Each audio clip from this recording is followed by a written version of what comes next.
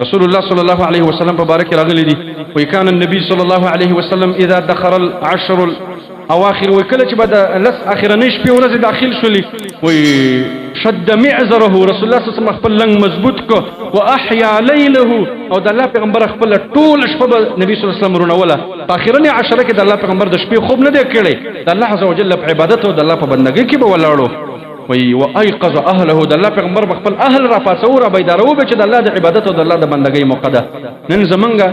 په دغه اخرنو عشرو کې څه حل لې زمونږ مولیان ودی زمونږ قاریان ودی زمونږ اجي سیبان ودی فاتل ادا چې زمونږ ماشومان او زمونږ زنانه هغه په خوبونو باندې ګوډي تشکړه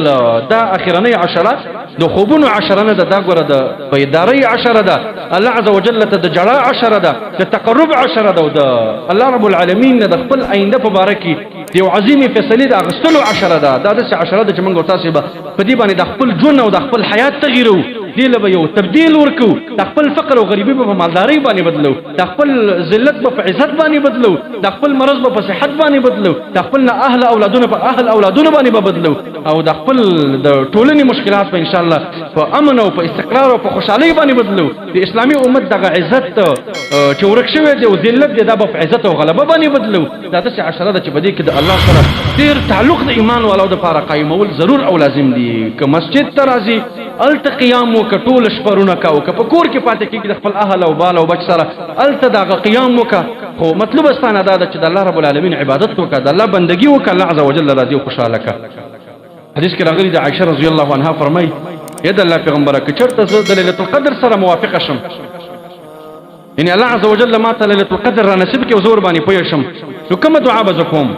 رسول الله صلى الله عليه وسلم ورتوي ودا دعا ډیره کوا اللهم انك عفو تحب العفو فاعف عني الا تعفك وانك ذاتي ساده عفو سره ډیر محبت او ډیر مینه ده ما تعفو وک یا الله ما تبخنه وک یا الله زما تقصيرات او زما ګناهونه ما ته معاف کا دا دعاګانې به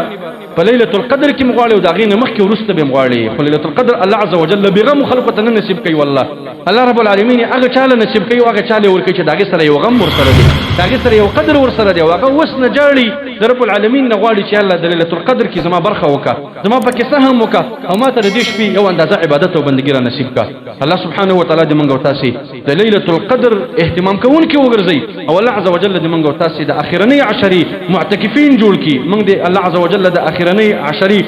قیام کوونکي جوړ کی مونږ او تاسو دې الله عز وجل په دغه میش کې د مغفرت په چوکاټ کې وردننه کی او الله رب العالمین دې د مغفرت او د رحمت دروازې مونږ او تاسو ته کولاوي کی